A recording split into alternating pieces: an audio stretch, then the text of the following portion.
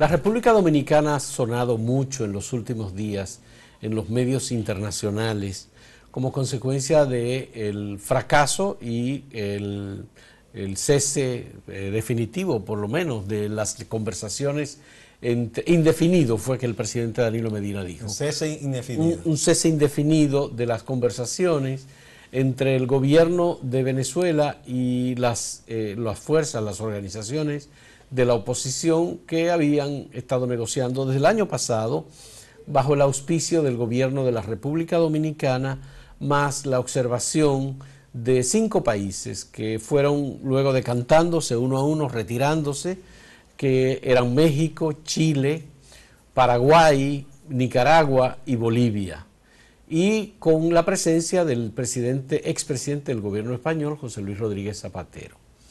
Por supuesto que en todo esto las menciones que se están haciendo de la República Dominicana no son positivas en el sentido de valorar el interés por el diálogo que hizo el gobierno de República Dominicana, que mantuvo posiciones de apoyo al gobierno de Venezuela en el ámbito de la Organización de Estados Americanos para evitar sanciones a Venezuela o aplicarle uno de los artículos de la Carta Interamericana, de la Carta Democrática Interamericana, al gobierno de Nicolás Maduro. Y si se quiere, no fue directamente un apoyo, sino tomar una posición que no fuera en contra, pero tampoco votaron para ratificar un apoyo decidido ni nada, sino siempre creemos en el diálogo. Esa posición intermedia de la búsqueda de un acuerdo. Bueno, pues todo el que decía que creía en el diálogo y que quería un diálogo era porque estaba un poco de acuerdo con el gobierno de Venezuela. Bueno, sí, es que hay posiciones muy extremas. Entonces, por un lado, la oposición quería que se pronunciara todo el mundo en contra del gobierno y el gobierno quería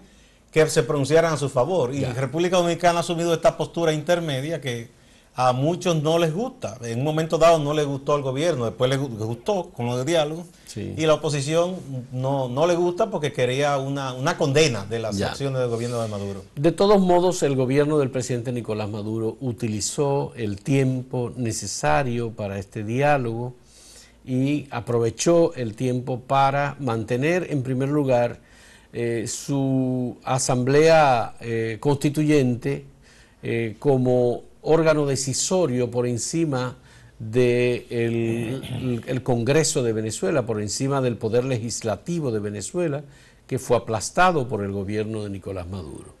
Lo que dicen es que es muy difícil negociar con un gobierno que no tiene la disposición de ceder absolutamente en nada, porque el gobierno de Nicolás Maduro mantiene sus posturas y entiende que una negociación es que el otro vaya y acepte su punto de vista sobre... El problema es que ocurre con esa concepción que se tiene de la política, así en gobiernos de este tipo, que se autoproclaman revolucionarios y esas cosas, que entiende que todo el que no está de acuerdo con ellos es un enemigo de la humanidad.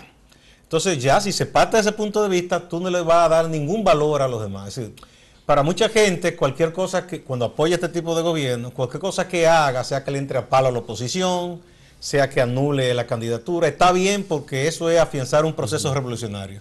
Yo creo que esa es una concepción de una revolución de la época de la... Yo creo que antes de la Guerra Fría, eso fue de finales de la Primera Guerra Mundial. Bueno, no sé si tú viste las declaraciones del comentarista peruano y reconocido escritor e intelectual Jaime Bailey, que utilizó frases muy denigrantes incluso contra el presidente de la República Dominicana, contra Danilo Medina. Obviamente le está acusando al presidente de la República de haber sido una especie de títere a favor de Nicolás Maduro. Pero Jaime Bailey se pasa un poco. Se pasa, por supuesto. Él es una persona que ha perdido, ya lo dijo una vez Vargas Llosa, que era un joven con talento, escritor, y que se ha convertido en un caricato.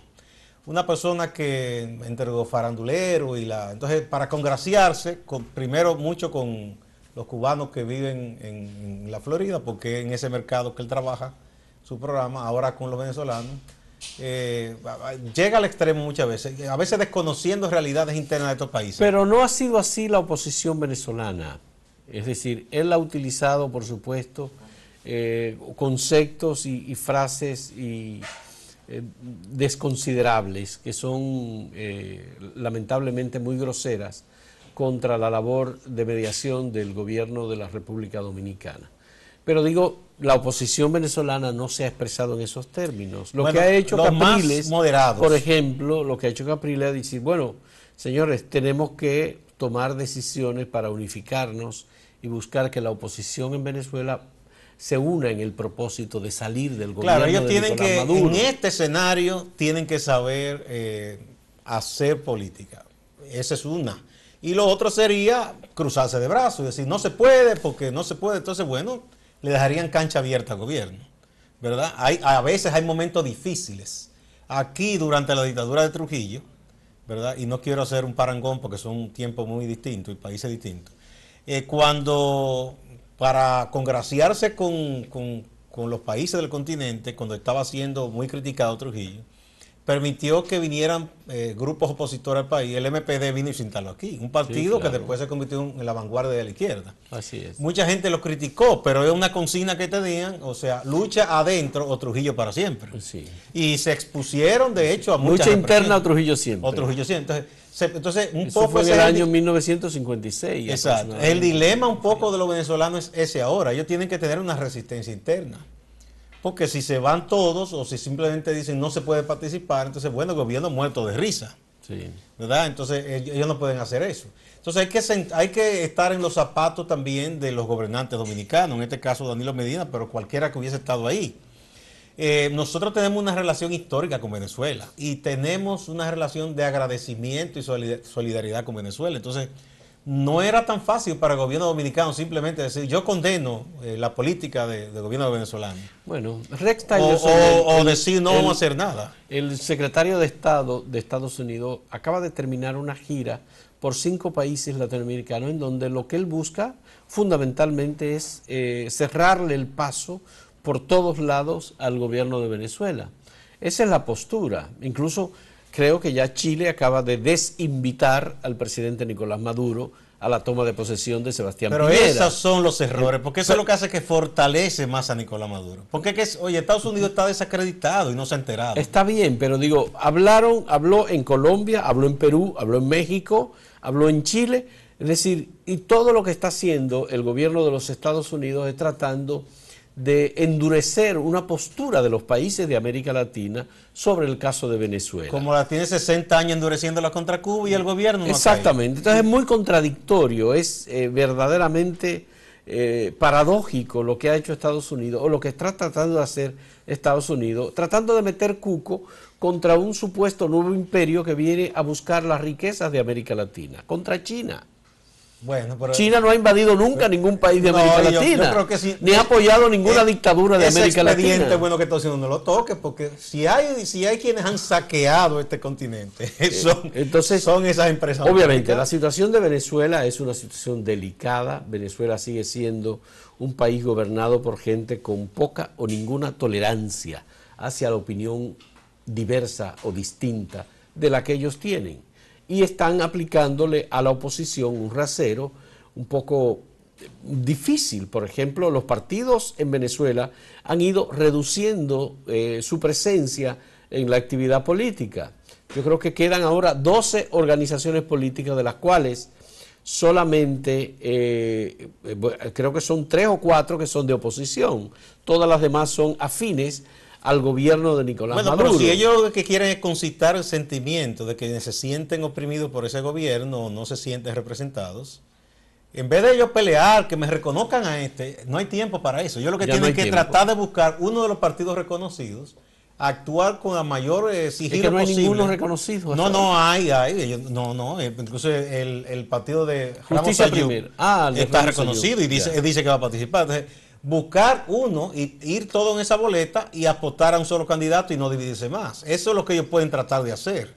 Porque ellos no pueden enfrentar a un gobierno que actúa como un toro, que embiste. Embiste totalmente. Entonces, lo que tienen que saberse batir en retirada, vamos a decir. Eso es lo que ellos tienen que hacer. Más que buscar ese supuesto apoyo de Estados Unidos, que lo que hace es endurecer más a Maduro y justificarse diciendo, tú ves que es una agresión imperial. República Dominicana cumplió con su labor y con su deber. Ya yo creo que el gobierno dominicano debe cerrar definitivamente cualquier interés de retomar el diálogo, porque eso desde el principio vimos que no tenía Bueno, el ninguna presidente Danilo posibilidad. Medina lo dijo cuando habló y dijo, bueno, ya queda de parte de ellos si deciden de nuevo retomar, porque ya no se puede insistir más. Bien, así es. Hacemos una pausa.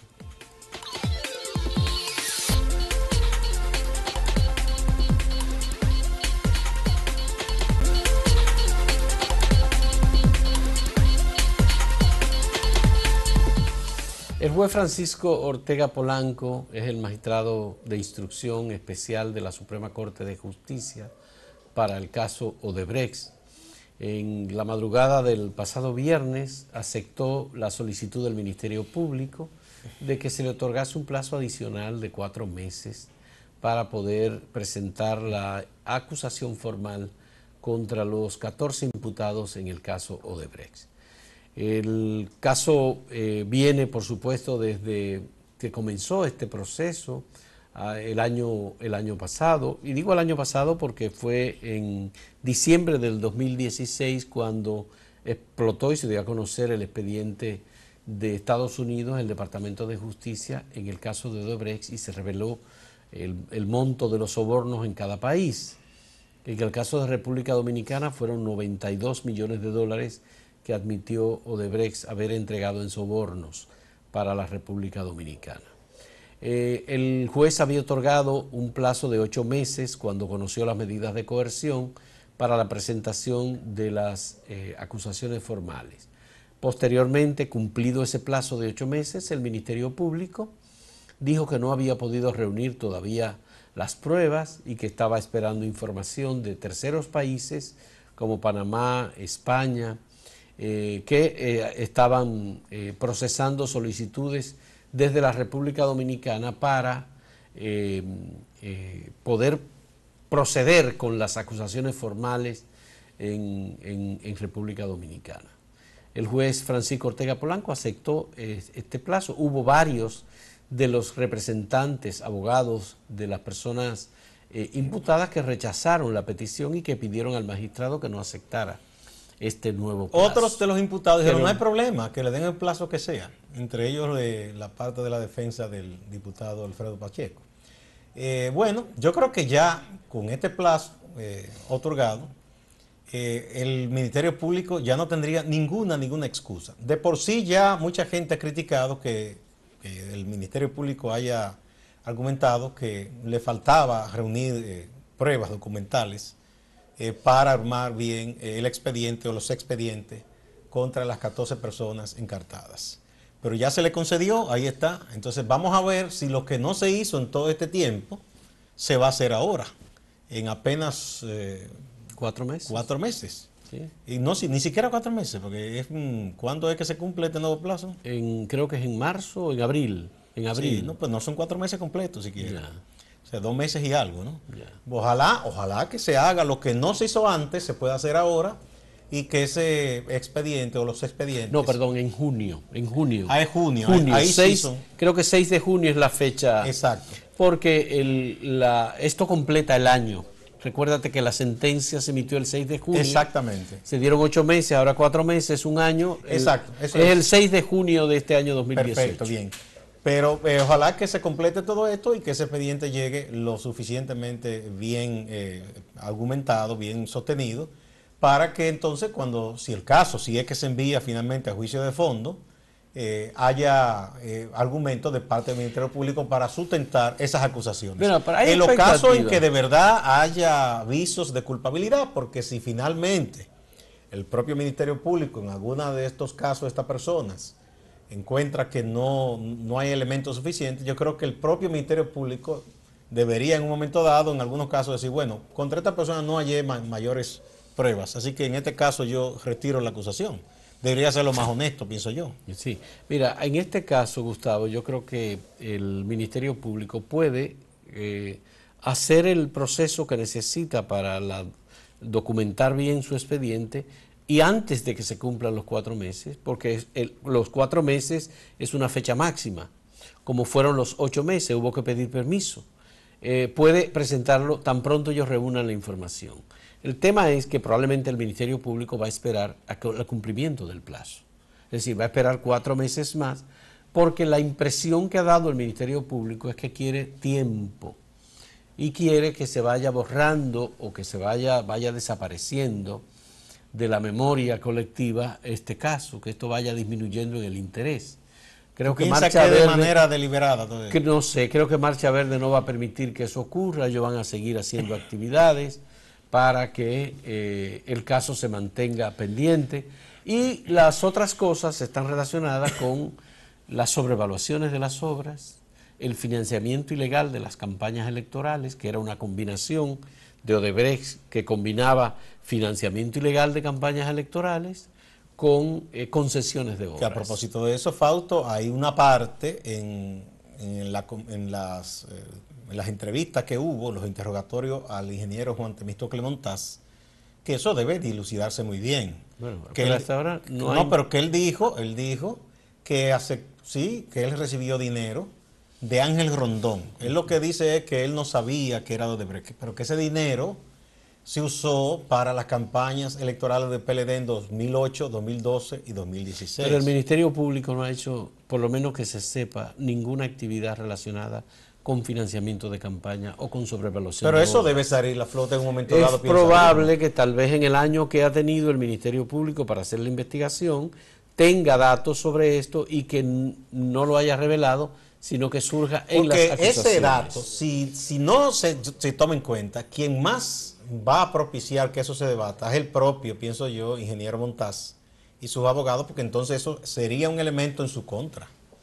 Porque podrían decir, bueno, si el PLD ha dicho que no recibió dinero, y entonces ese dinero usted se lo tomó. Pero si lo de Temístocle Montaz no tiene ninguna profundización de parte del Ministerio Público, eso carece de importancia para el Ministerio Público y no hay... No, pienso que no, porque no, es que ellos no están tomando en cuenta la declaración. Aunque no lo tomen en cuenta, pero es que ya él aceptó que recibió dinero de Rondón. Pero entonces, no, Rondón va o a confirmar o a negar eso. Pero entonces él no puede hundirse. Pienso a uno que él es más inteligente que eso.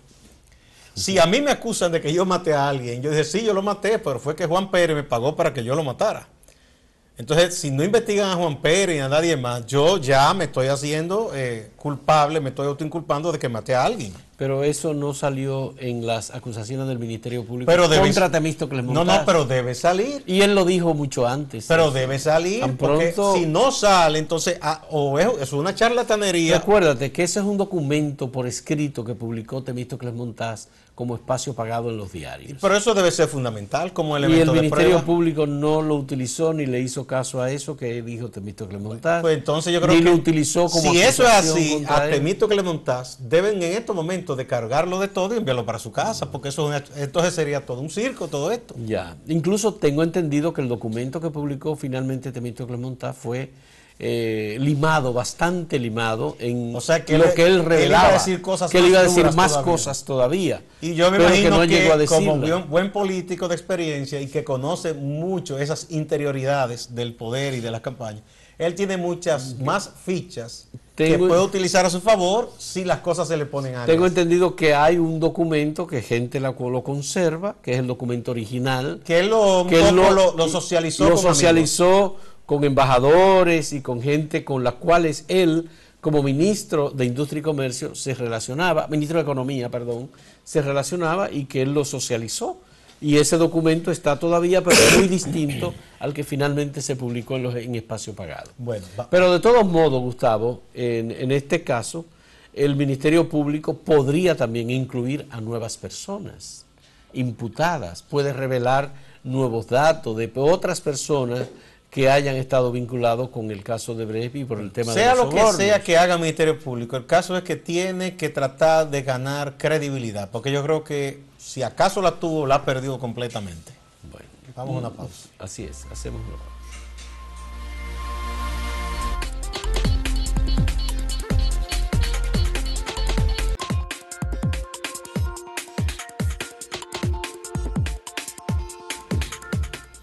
No, si alguno pensó que después de la esperada reunión del comité político que finalmente se celebró la semana pasada, las cosas habían sido arregladas, las cosas internas, los problemas internos en el PLD, se equivoca porque han sido reveladas parte de los debates que hubo.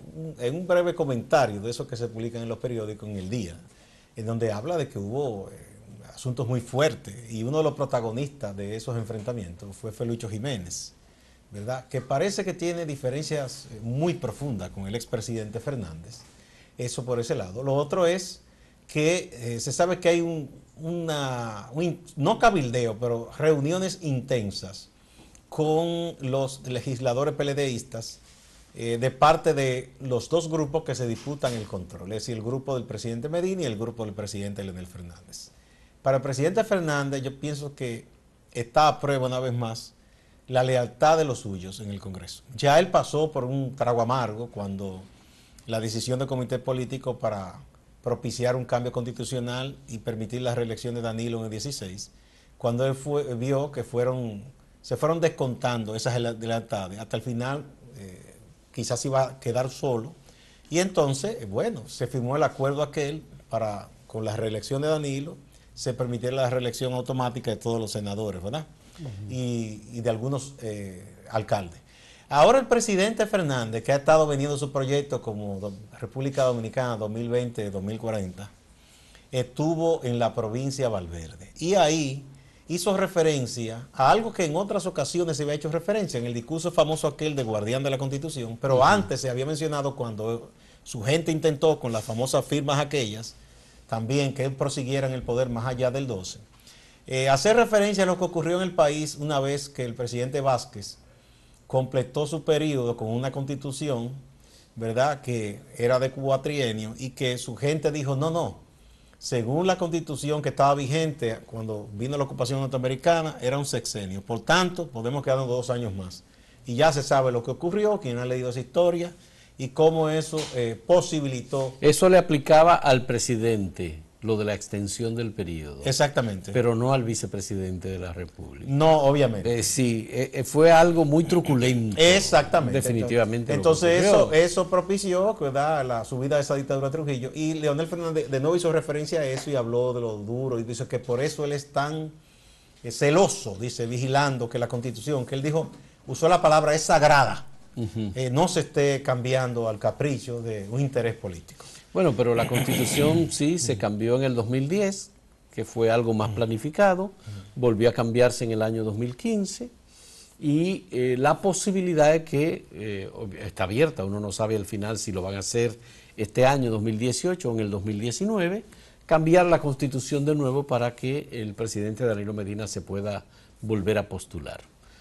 Aunque hay teorías o hipótesis, como la de Jorge Suberoiza, que dicen, bueno, el presidente puede postularse sin necesidad de cambiar la Constitución de la República. Eso lo han dicho también otros abogados muy reputados. Ya. Pero bueno, tú sabes que aquí hay de todo. De todos modos, yo he visto a Leonel Fernández más abierto al expresar sus ideas. Tú sabes que él escribe su columna semanal en el Listín Diario y a veces da consideraciones de carácter general, pero no entra en muchos detalles sobre la cuestión interna de su propio partido, que él preside, el PLD.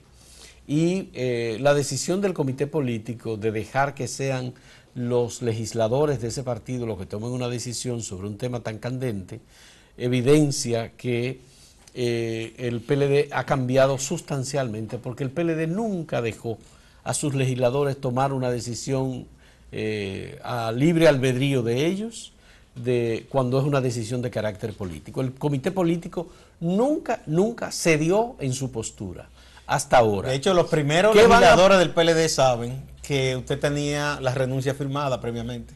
Si no votaba por lo que decía el partido. No, ponía en vigencia su renuncia. Sí. Y se le controlaba inclusive económicamente, en principio. Ya. Entonces, ¿qué tú crees que va a ocurrir en el Congreso Nacional cuando se debata la ley de partidos políticos? Bueno, yo pienso que una de las dos corrientes o dos grupos va a aplastar a la otra. Yo no tengo duda de eso.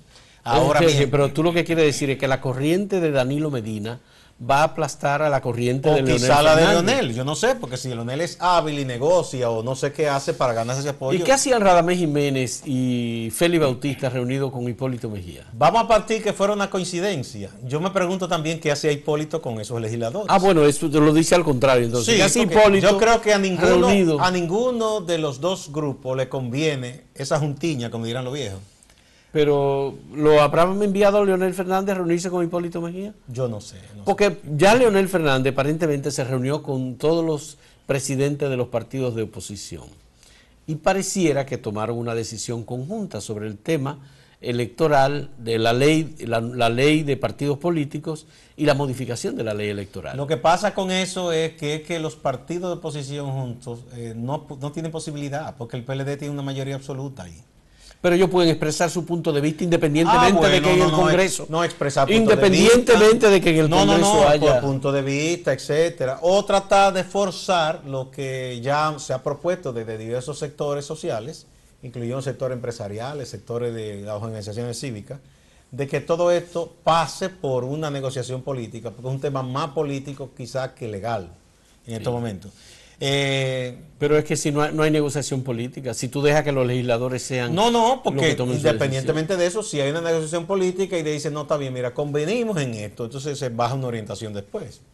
Eso podría ser. Pero no parece lo ser... otro es, hay otra negociación política que sería a lo interno del PLD, que ya dejó un poco, lanzó la cascarita el senador de la provincia, María Trinidad Sánchez, antes de que terminara el año, que es la posibilidad de que se aprobara la ley de partidos sin las primarias abiertas, y esa es la posición que quiere el presidente Fernández, pero a cambio eliminar de la Constitución el obstáculo para que un presidente pueda reelegirse cuantas veces quiera, es decir, no ponerle tope a la reelección. Es decir, que un canje que le aprueban las primarias cerradas y le permiten a Danilo la reelección. O a Danilo o quizá a quien venga, porque quizá Danilo dice, sí, se me está permitido, pero no me voy a reelegir. Vamos a ponerlo en ese escenario. Bueno, ¿y tú crees que eso puede ser un escenario factible? Puede ser. Porque hay mucha gente apostando a que Danilo va de nuevo. No, al presidente Medina le están calentando el oído constantemente. Obviamente, tú puedes decir, Danilo Medina no es reeleccionista, aunque pasó por un... Todos los políticos son reeleccionistas. Está bien, pero puede ser que a su alrededor hay un equipo de gente trabajando muy febrilmente para conseguir que él se postule a la reelección. Eso de por cierto, sí, eso por seguro que hay que darlo, ¿no? Porque el que está en el poder no quiere dejar el poder. Leonel, por ejemplo, tuvo un equipo a su alrededor que estimuló mucho y forzó mucho para que él fuera el que se mantuviera como candidato. O sea, que él se presentó en los últimos cambios constitucionales en el discurso famoso como guardián de la Constitución. Ajá. Pero antes se había presentado como garante del triunfo del PLD con la caja de firma aquella. Que hicieron un espectáculo. Sí, eso fue Félix Bautista. Y llevaron unos combos a tocar y a bailar. Y después esos combos lo tocaron a Danilo también. A todo el mundo. Y le sacan merengue también. Tú no oyes a Quinito merengue por lo menos. Ya es reeleccionista. Bueno, con los merengues que está haciendo. Exactamente. Bueno, vamos. Tenemos que ir. Será hasta mañana. Gracias. Hasta mañana.